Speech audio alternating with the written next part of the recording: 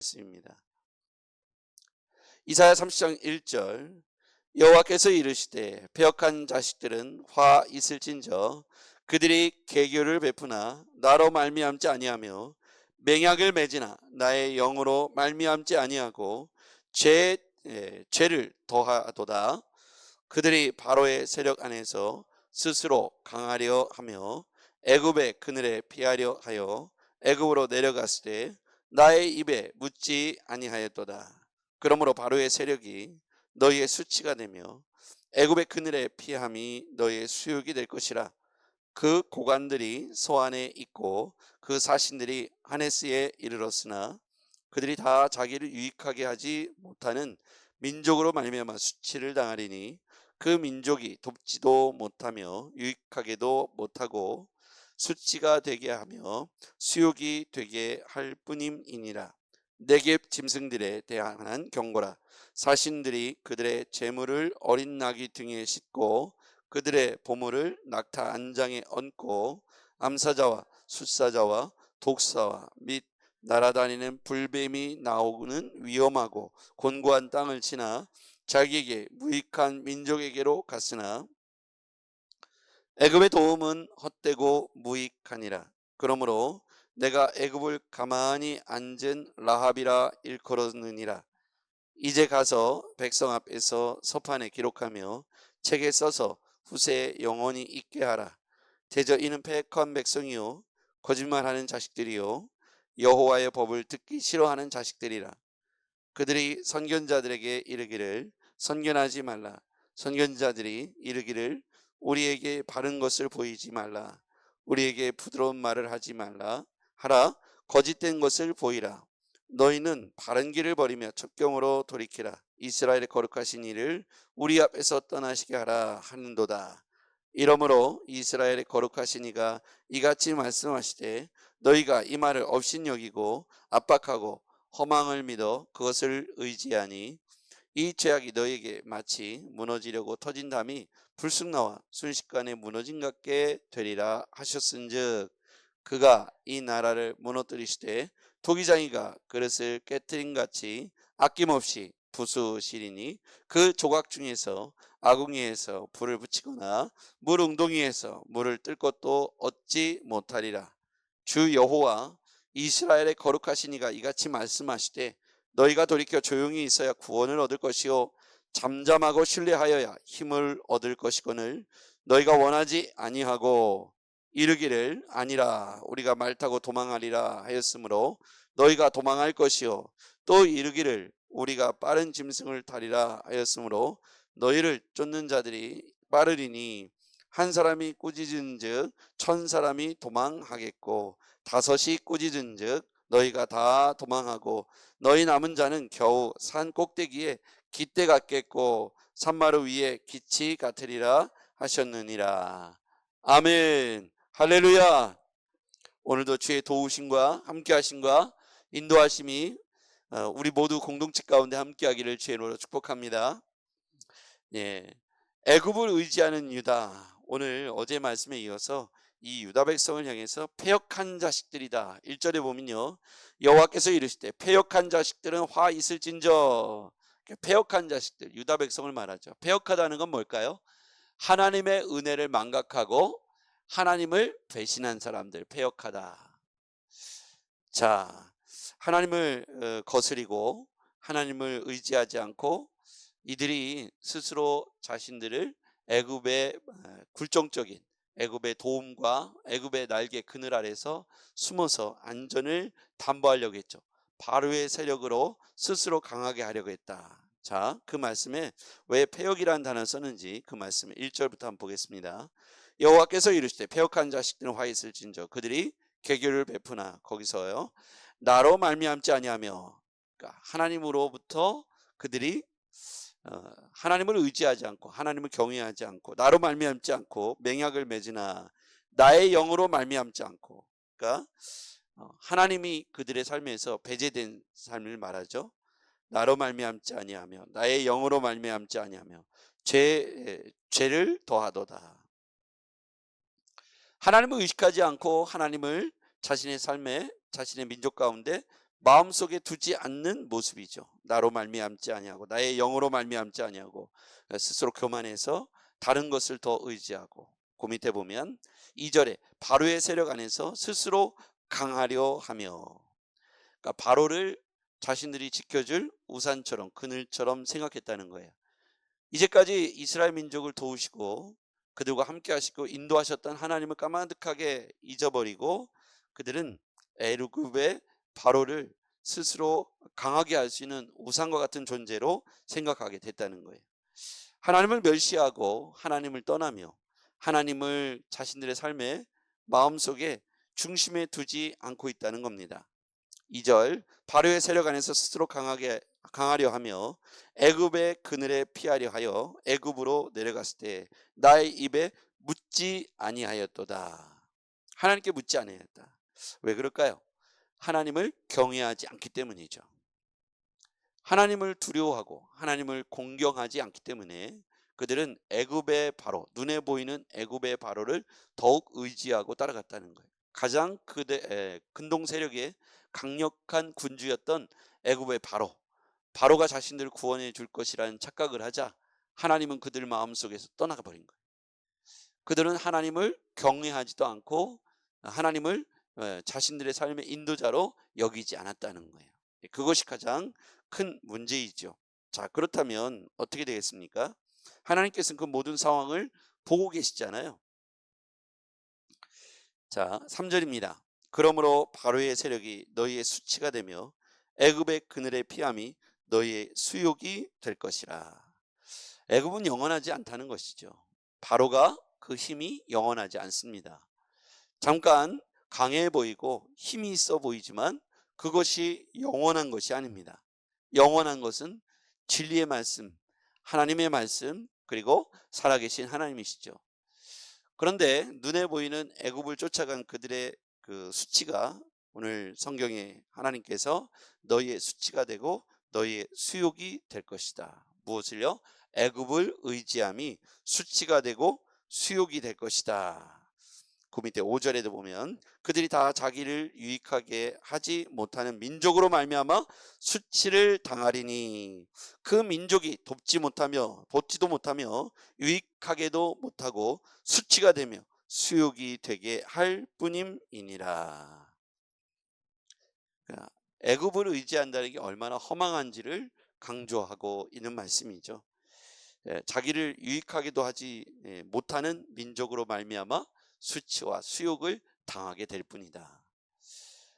그 모든 것들이 하나님의 은혜의 긍휼 아래에서 보호하심 받을 때 일어날 수 있었던 이스라엘 유다의 평화가 애굽을 의지하는 순간 하나님의 보호, 하나님의 인도하심이 오히려 그들을 향해 징계로 바뀌는 순간 그들은 그 애굽을 의지함이 수치와 수욕이 될 뿐이다. 7절 같이 읽어볼게요. 시작. 애굽의 도움은 헛되고 무익하니라. 그러므로 내가 애굽을 가만히 앉은 라합이라 일컬었느니라. 아멘. 애굽의 도움은 헛되고 무익하다. 영원하지 않다는 것이죠. 지금 우리가 눈앞에 보이는 어떤 강력한 힘, 우리가 의지하려고 하는 어떤 세력, 여러분 그런 것들이 영원하지 않고 사라져버리고 한때 잠시뿐이고 그들은 눈에 잡히는 신기루와 같은 것이라는 것을 기억해야 합니다. 돈도 사람도 권력도 영원하지 않습니다. 그것이 잠깐 머물다가 갈 뿐이죠. 그런데 생각해 보면 그 모든 것들도 결국 하나님이 움직이시는 것을 알 수가 있어요.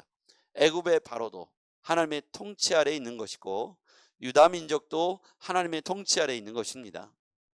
그래서 우리는 근원적으로 하나님을 바라봐야지 중간중간에 있는 애굽을 바라본다든지, 지금으로 말하면 미국을 바라본다든지, 러시아를 바라본다든지, 중국을 바라본다든지, 일본을 바라본다든지, 그러면서 세계 정세를 읽고 그것에 내 마음과 내 상황들을 움직이는 것은 어리석다는 거예요.